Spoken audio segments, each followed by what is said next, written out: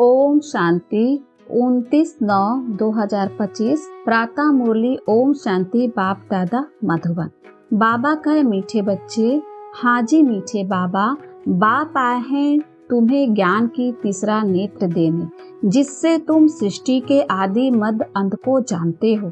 प्रश्न है, शेरनी शक्तियाँ ही कौन सी बात हिम्मत के साथ समझा सकती है? शेरनी शक्तियाँ ही कौन सी बात हिम्मत के साथ समझा सकती है? उत्तर है, दूसरे धर्म वालों को यह बात समझाना है कि बाप कहते हैं तुम अपने को आत्मा समझो, परमात्मा नहीं।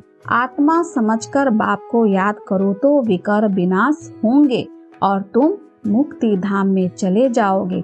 परमात्मा समझने से तुम्हारे विकर्म विनाश नहीं हो सकते।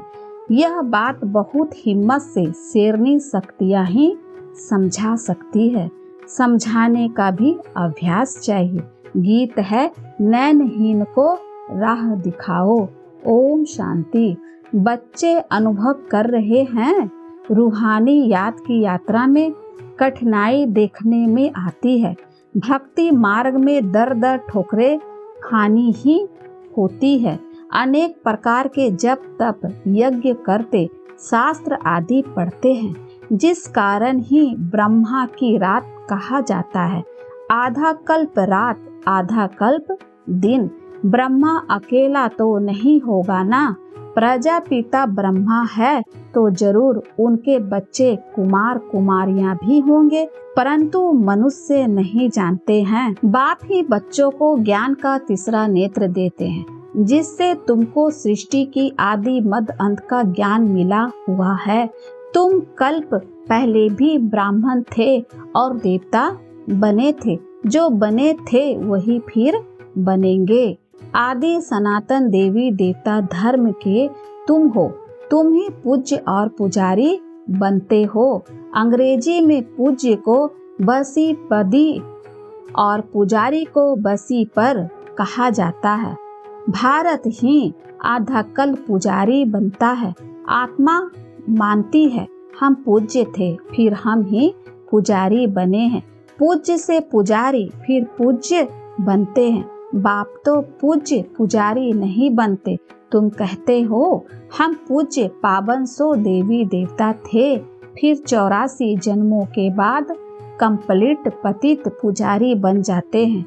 अभी भारतवासी जो आदि सनातन देवी देवता धर्म वाले थे, उन्हों को अपने धर्म का कुछ भी पता नहीं है। तुम्हारी इन बातों को सब धर्म वाले नहीं समझेंगे। जो इस धर्म के कहाँ कन्वर्ट हो गए होंगे वही आएंगे। ऐसे कन्वर्ट तो बहुत हो गए हैं। बाप कहते हैं जो शिव और देवताओं के पुजारी हैं उनको सहज है। अन्य धर्मों वाले माथा खपाएंगे। जो कन्वर्ट होगा उनको टच होगा और आकर समझने की कोशिश करेंगे, नहीं तो मानेंगे नहीं। आर्य समाजियों में से भी बहुत आए हुए हैं। सिख लोग भी आए हुए हैं। आदि सनातन देवी देवता धर्म वाले जो कन्वर्ट हो गए हैं उनको अपने धर्म में जरूर आना पड़ेगा। झाड़ में भी अलग अलग सेक्शन है, फिर आएंगे भी नंबरवार। टाल टालियां निकलती रहेगी। वह पवित्र होने के कारण उन्हों का प्रभाव अच्छा निकलता है।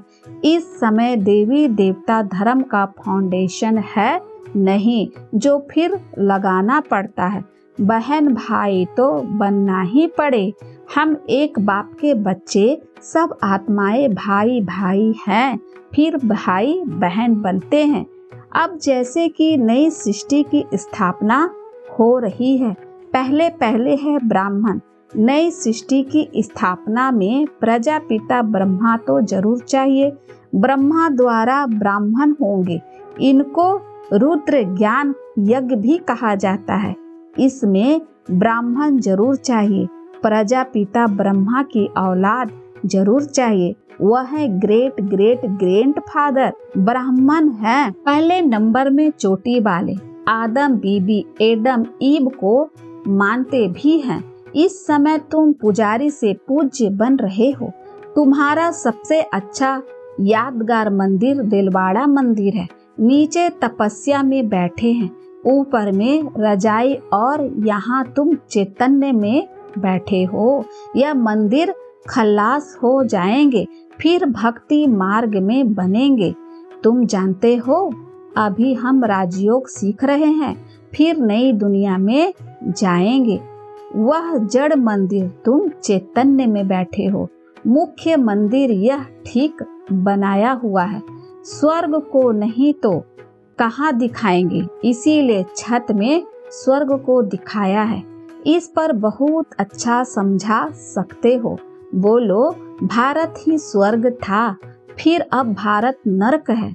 इस धर्म वाले झट समझेंगे। हिंदुओं में भी देखेंगे तो अनेक प्रकार के धर्मों में जाकर पड़े हैं। तुमको बहुत मेहनत करनी पड़ती है निकालने में। बाबा ने समझाया है, अपने को आत्मा समझ मामे कम याद करो, बस, और कुछ बात ही नहीं करना चाहिए। जिनका अभ्यास नहीं, उनको तो बात करनी भी नहीं चाहिए, नहीं तो बीके का नाम बदनाम कर देते हैं। अगर दूसरे धर्म वाले हैं तो समझाना चाहिए कि यदि तुम मुक्ति धाम में जाना चाहते हो तो अपने को आत्मा समझो, बाप को याद करो। अपने को परमात्मा नहीं समझो, अपने को आत्मा समझ बाप को याद करोगे तो तुम्हारे जन्म जन्मांतर के पाप कट जाएंगे और मुक्ति धाम में चले जाओगे। तुम्हारे लिए यह मन मना भव का मंत्र ही बस है, परंतु बात करने की हिम्मत चाहिए। शेरनी शक्तियाँ ही सर्विस कर सकती है। सन्यासी लोग बाहर में जाकर विलायत वालों को ले आते हैं कि चलो तुमको सुप्रिंचल नॉलेज देवे। अब वह बाप को तो जानते ही नहीं, ब्रह्मा को भगवान समझ का देते, इसको याद करो, बस यह मंत्र दे देते हैं। जैसे किसी चिड़िया को अपने पिंजड़े में डाल देते हैं, तो ऐसे ऐसे समझाने में भी टाइम लगता है। बाबा ने कहा था, हर एक चित्र के ऊपर लिखा हुआ हो शिव भगवानुवाच। तुम जानते हो, इस दुनिया में धनी बिगर सब निर्धन के हैं, पुकारते हैं तुम माता पिता, अच्छा उनका अर्थ क्या? ऐसे ही बोलते रहते हैं, तुम्हारी कृपा से सुख घनेरे।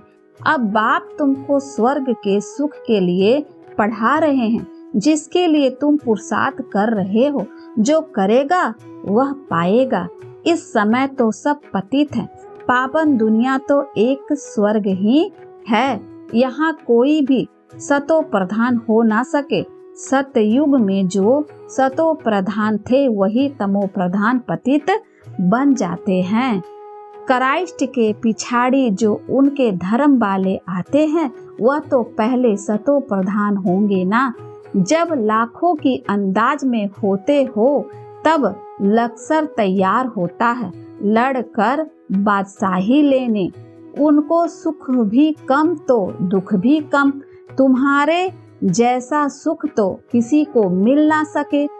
तुम अभी तैयार हो रहे हो सुख धाम में आने के लिए। बाकी सब धर्म कोई स्वर्ग में थोड़े ही आते हैं। भारत जब स्वर्ग था तो उन जैसा पावन खंड कोई होता नहीं। जब बाप आते हैं तब ही ईश्वर राज्य स्थापन होता है। वहाँ लड़ाई आदि की बात नहीं। लड़ना झगड़ना तो बहुत पीछे शुरू होता है। भारतवासी इतना नहीं लड़ते हैं, थोड़े आपस में लड़कर अलग हो गए हैं। द्वापर में एक दो पर चढ़ाई करते हैं। यह चित्र आदि बनाने में भी बड़ी बुद्धि चाहिए। यह भी लिखना चाहिए कि भारत जो स्वर्ग था सो फिर नरक जैसा कैसे बना है। आकर समझो, भारत सदगति में था, अब दुर्गति में है। अब सदगति को पाने के लिए बाप ही नॉलेज देते हैं। मनुष्यों में यह रूहानी नॉलेज होती नहीं, यह होती है परम पिता परमात्मा में। बाप यह नॉलेज देते हैं आत्माओं को, बाकी तो सब मनुष्यों को ही देते हैं। शास्त्र भी मनुष्यों ने लिखे हैं, मनुष्य ने पढ़े हैं। यहाँ तो तुम्हें रूहानी बाप पढ़ाते हैं और रूह पढ़ती है। पढ़ाने वाले तो आत्मा है ना, वह लिखने और पढ़ने वाले मनुष्य ही हैं। परमात्मा को तो शास्त्र आदि पढ़ने की दरकार नहीं।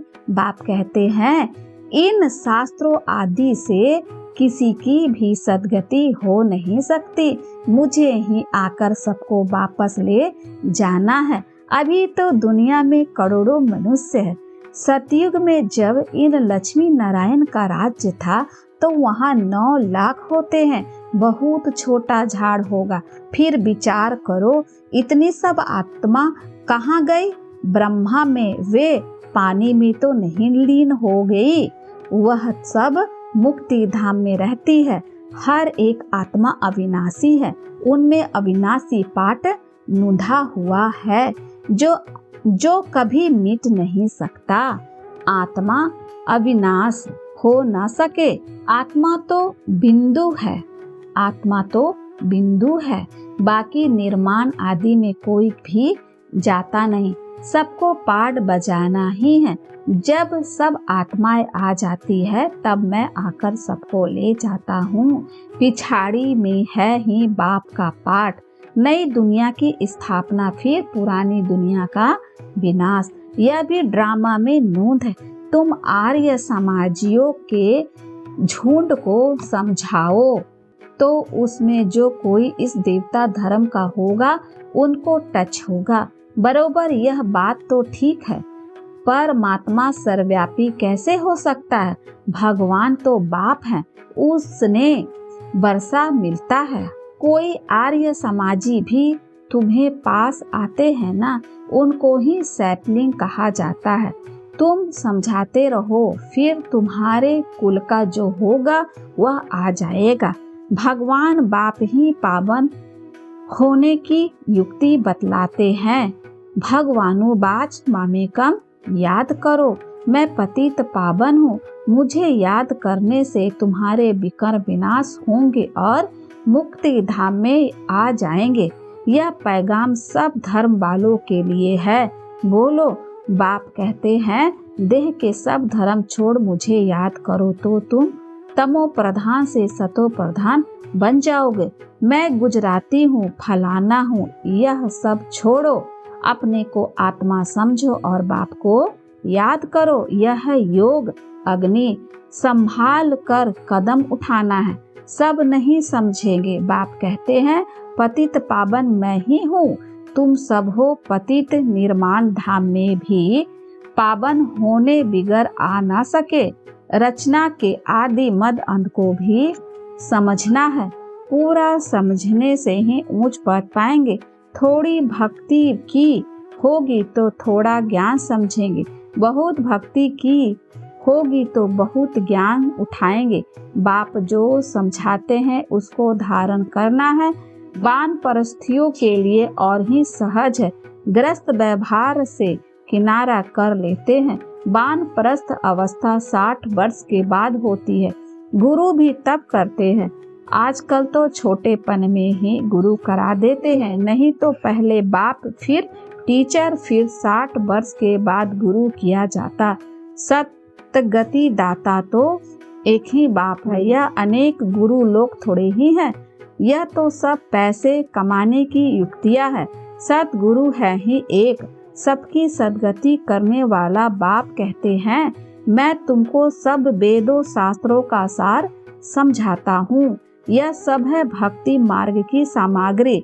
सीढ़ी उतरना होता है ज्ञान भक्ति, फिर भक्ति का है वैराग्य।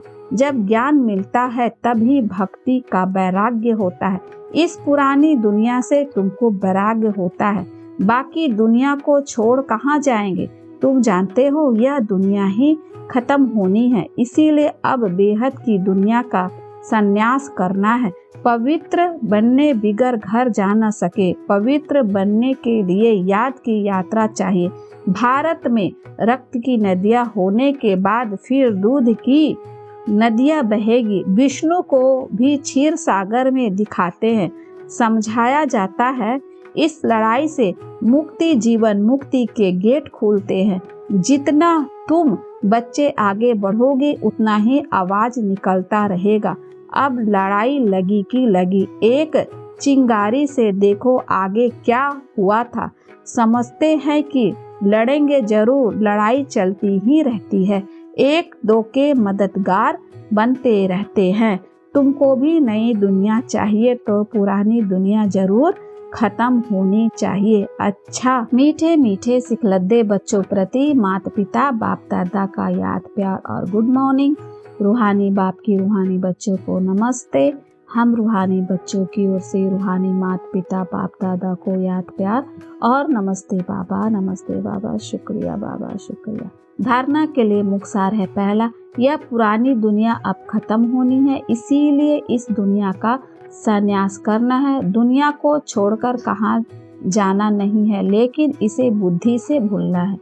दूसरा है, निर्वाण धाम में जाने के लिए पूरा पावन बनना है। रचना के आदि मध्य अंत को पूरा समझकर नई दुनिया में उच्च पद पाना है। वरदान है, किसी भी आत्मा को प्राप्ति की अनुभूति कराने वाले यथार्थ सेवाधारी भव।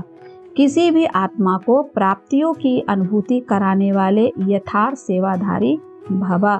यथार्थ सेवा भाव अर्थात सदा हर आत्मा के प्रति शुभ भावना, श्रेष्ठ कामना का भाव। सेवा भाव अर्थात हर आत्मा को भावना प्रमाण फल देना। सेवा अर्थात किसी भी आत्मा को प्राप्ति का सेवा अनुभव कराना। ऐसी सेवा में तपस्या साथ साथ है। जहाँ यथार्थ सेवा भाव है वहाँ तपस्या का भाव अलग नहीं। जिस सेवा में त्याग तपस्या नहीं वह है नामधारी सेवा। इसीलिए त्याग तपस्या और सेवा के कंबाइंड रूप द्वारा सच्चे यथार्थ सेवाधारी बनो। इस स्लोगन है, नर्मता और धैर्यता का गुण धारण करो तो क्रोध अग्नि की शांत हो जाएगी। नर्मता और धैर्यता का गुण धारण करो तो क्रोध अग्नि भी शांत हो जाएगी। अव्यक्त इशारे, अब लगन की अग्नि को प्रज्वलित कर योग को ज्वाला रूप बनाओ। अभी निर्भय ज्वालामुखी बन प्राकृतिक और आत्माओं के अंदर जो तमोगुण है उसे भस्म करो। तपस्या अर्थात ज्वाला स्वरूप याद। इस याद द्वारा ही माया वे प्राकृतिक का विकराल रूप शीतल हो जाएगा। आप तीसरा नेत्र ज्वालामुखी नेत्र माया को शक्तिहीन करा देगा। अभी निर्भय ज्वालामुखी बन प्राकृतिक और आत्मिक आत्माओं के अंदर जो तमोगुण है उसे भस्म करो। तपस्या अर्थात ज्वाला स्वरूप याद। इस याद द्वारा ही माया वे प्रकृति का विकराल रूप शीतल हो जाएगा। आपका तीसरा नेत्र ज्वालामुखी नेत्र माया को शक्तिहीन कर देगा। अच्छा, ओम शांति।